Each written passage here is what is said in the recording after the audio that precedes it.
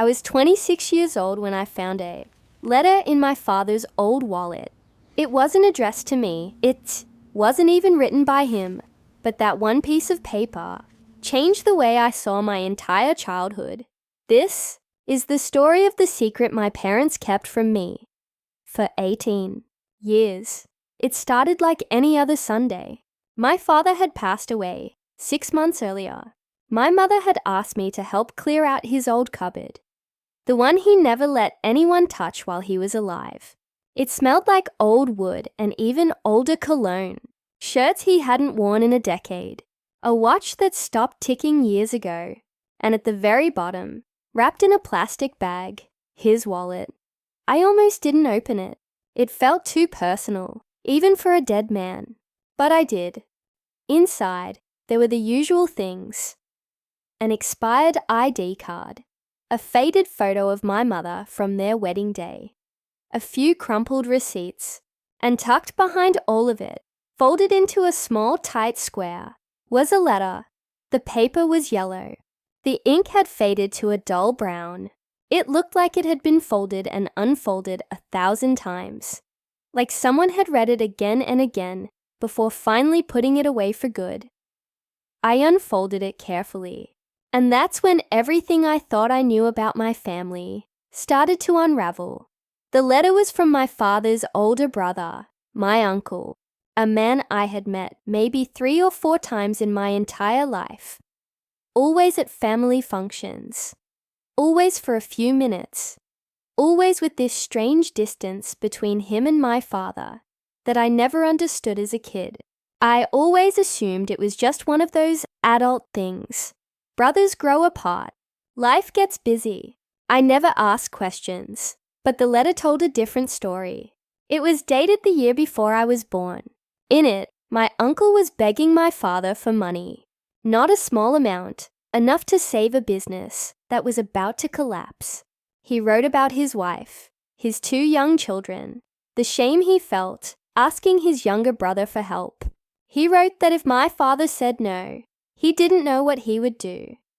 At the bottom of the letter, in my father's handwriting, in different ink, was a single line: I gave him everything I had saved for the house. We will start again.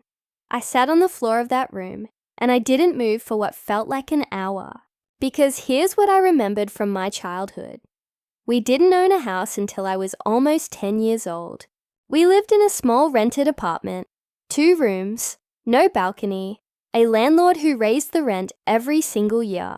I used to ask my father, almost every year, why don't we just buy our own house like everyone else? And every single time he would smile, this tired, patient smile, and say the same thing: Beta, good things take time. We'll get there. He never once told me why it was taking so long.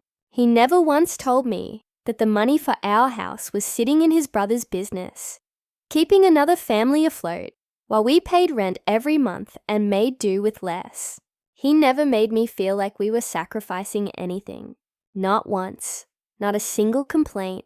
Not a single moment where he let his own son see the weight he was carrying. Once I found that letter, so many memories suddenly made sense. I remembered my mother mending my school uniform instead of buying a new one, saying, "This one still has a few good months left." I remembered my father taking a second job on weekends, driving a friend's taxi, and telling me he just enjoyed driving. I remembered the year we didn't go on our usual family trip, and he told me the car needed repairs, when really I think now, there was simply no money left after helping his brother. I remembered my uncle's business surviving, growing even, his children going to good schools, his family years later living comfortably, and I remembered my father never once bringing it up, not at family dinners, not when my uncle would visit and barely stay 20 minutes before leaving, not even to my mother, as far as I could tell. She seemed as surprised by the letter as I was. He carried this for almost 2 decades, silently, alone. He gave away the foundation of our own home so his brother's family wouldn't lose theirs. And then he spent the next 10 years working 2 jobs, quietly, without a single word of resentment, to build us a home anyway. I used to think my father was just a simple man who didn't care much about material things.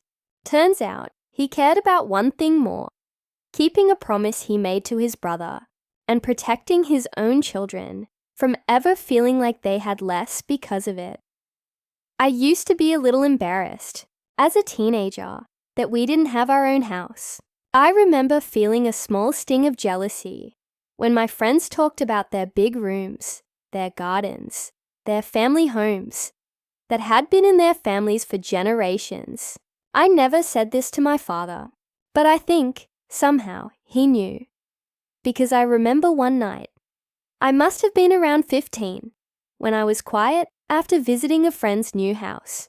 My father sat next to me on the balcony of our small rented apartment and said something I didn't understand back then. A house is just walls, Beta. What matters is who is waiting for you inside it. At the time, I thought it was just something fathers say to make their kids feel better. Now I understand it was the closest he ever came to explaining himself. He couldn't tell me the real reason. He couldn't tell a teenage boy, "I gave away our house money to save your uncle's family." So instead, he gave me a lesson wrapped around the truth, hoping it would be enough. It wasn't enough back then, but it is now. I used to think my parents were just ordinary, working, saving, raising a child. Nothing special. It's only now, holding a letter that's older than some of my own memories, that I understand the weight they carried, without ever putting it on me. They protected me from a truth that would have made me feel guilty for wanting things a normal kid wants. They let me be a child, complaining about not having my own room, while they quietly carried the real cost of a decision made out of love for someone else. I think about this letter almost every day now, not because I'm angry that I didn't know. I'm not. If anything, I'm grateful I never had to carry that weight as a child. But it changed the way I see my parents completely. We grow up thinking we know our parents, their habits, their sayings, the way they take their tea, the shows they watch. We think that's who they are, but there is almost always a version of them we never meet. A version that made impossible choices before we were even born, or while we were too young to understand. A version that sacrificed something enormous and then buried it so deep that we never even suspected it existed. Somewhere, right now, there is probably a secret like this in your own family too. A sacrifice nobody talks about. A decision that shaped your entire life that you have never once been told about. Maybe it's not a letter. Maybe it's a job your mother turned down. A dream your father quietly let go of. A year your parents don't like to talk about. We rarely ask, and they rarely tell. I don't know what secret your parents might be carrying, but if they're still with you, maybe today is a good day to ask them one honest question about their life before you existed. You might be surprised by what you find out. If this story moved you even a little, I'd love to know. Has something like this ever happened in your family? A secret, a sacrifice, something you only understood years later. Tell me in the comments. I read every single one, and honestly, some of your stories end up becoming the next video on this channel. If you believe stories like this deserve to be heard, subscribe to Pathways to Life, and I'll see you in the next one.